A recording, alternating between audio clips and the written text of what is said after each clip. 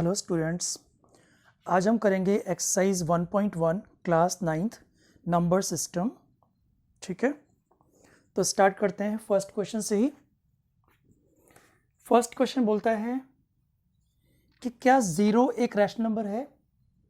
तो इसका आंसर होगा यस, ज़ीरो एक रैशनल नंबर है, क्योंकि हम ज़ीरो को लिख सकते हैं 0/1, 0/2, 0/3, 0/4 सो ऑन। ठीक है, एंड रैशनल नंबर की डेफिनेशन क्या होती है कि any number which can be expressed in the form of p/q where q should not be equal to 0। तो यहाँ पर ध्यान से देखो, डिनोमिनेटर 0 बिल्कुल भी नहीं है किसी भी केस में, तो इसका मतलब इसका आंसर होगा yes, 0 can be expressed as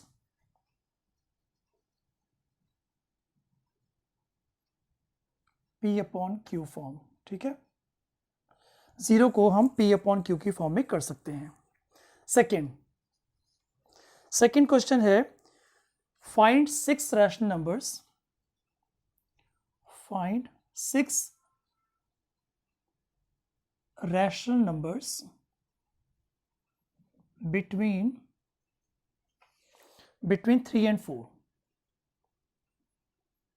तो अगर 3 and 4 की जगह 3 और 4 के बीच में आपको 6 रैशनल नंबर्स लिखने हैं, तो एक चीज़ का रूल याद रखो, जितने भी नंबर निकालने हो, जितने भी रैशनल नंबर निकालने हो, उसमें 1 ऐड करो पहले। सबसे पहले अगर 6 रैशनल नंबर निकालने हैं तो 1 ऐड करो, कितना आएगा? 7 आएगा। तो 7 से मल्टीप्लाई डिवाइड कर लो पहले। तो 3 को 7 से मल्टीप्लाई करो और 7 से डिवाइड भी करना पड़ेगा। ऐसे ही 4 को 7 से मल्टीप्लाई करो और डिवाइड भी करना पड़ेगा। ठीक है, तो जो 3 × 7 कितना बना? 21 बना। मैं ऊपर कर देता हूँ, जगह नहीं है नीचे। ये हो गया 21/7 और ये क्या हो गया? 28/7। अब इसके बीच में क्या क्या आता है देखो, 22/7 इसके बीच में आ रहा है, 23/7 आ रहा है, 24/7 आ रहा है, 25/7 आ रहा है, 26/7 आ रहा है और 27/7 भी आ रहा है। तो ध्यान से देखो कितने रैशनल नंबर्स हो गए, 1 2 3 4 5 6 आ गए पूरे। यही इसका तरीका है करने का।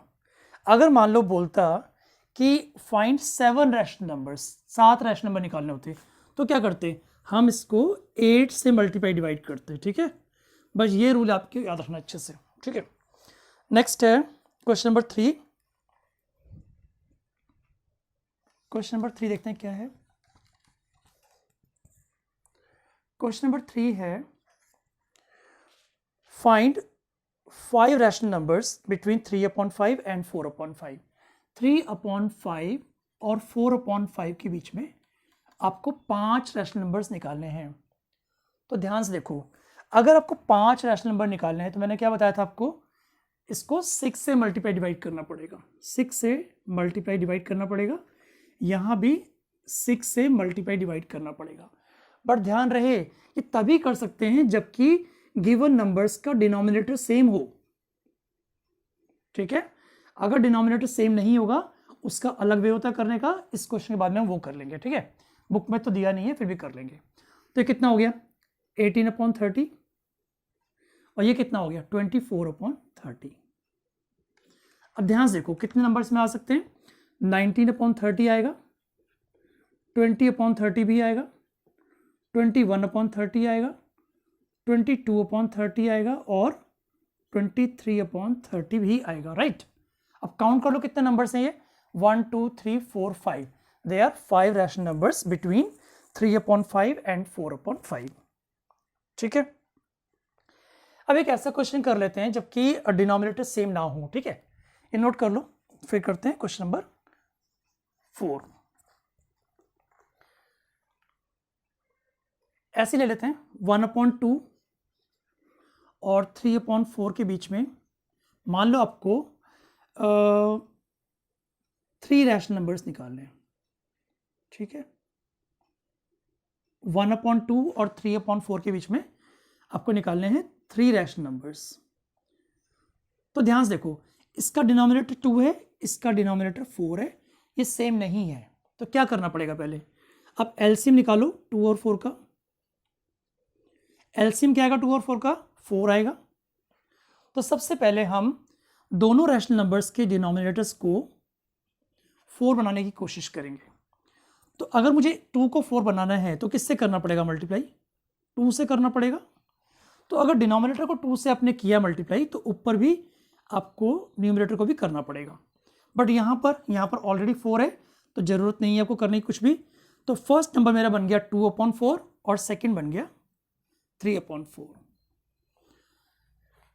तो ध्यान से देखो, ये फोर्थ क्वेश्चन नहीं बेटा, ये तो मैंने लिख दिया ऐसे, एक्स्ट्रा क्वेश्चन है ये, ठीक है। तो अब मैं क्या करना है, 2/4 और 3/4 के बीच में 3 रैशनल नंबर्स निकालने। 2/4 3/4 के बीच में 3 रैशनल नंबर्स निकालने। एक चीज़ ध्यान से देखो, डिनोमिनेटर सेम है, ठीक है, तभी हम ऐसा कर सकते हैं, 3 रैशनल नंबर निकालने। तो मैंने क्या बताया था आपको, अगर 3 निकालने हैं तो 4 से मल्टीप्लाई डिवाइड करना पड़ेगा। 4 से मल्टीप्लाई इसको कर दो, 4 से इसको कर दो, 4 से इसको कर दो, 4 से इसको कर दो। ये क्या बन गया 8/16 और ये क्या बन गया 12/16। अब मुझे बताओ कि 8/16 और 12/16 के बीच में कौन कौन से नंबर्स आएंगे। पहला आएगा 9/16, फिर आएगा 10/16 और एक आएगा 11/16। तो क्या ये 3 रैशनल नंबर्स नहीं है? तो ये इसका तरीका करने का, ठीक है बेटा, नोट कर लो। अब करते हैं fourth question.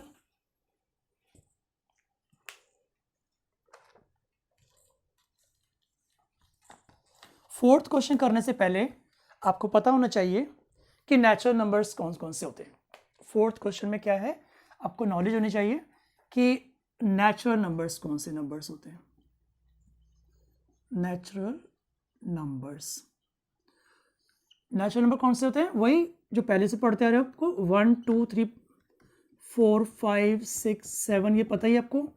And whole numbers क्या होते हैं, होल नंबर्स होते हैं 1 2 3 4 5 6 तो होंगे, इसके साथ साथ 0 भी हो जाएगा इसमें include, 0 1 2 3 4 5 so on up to infinity, ठीक है। एंड इंटीजर्स क्या होते हैं,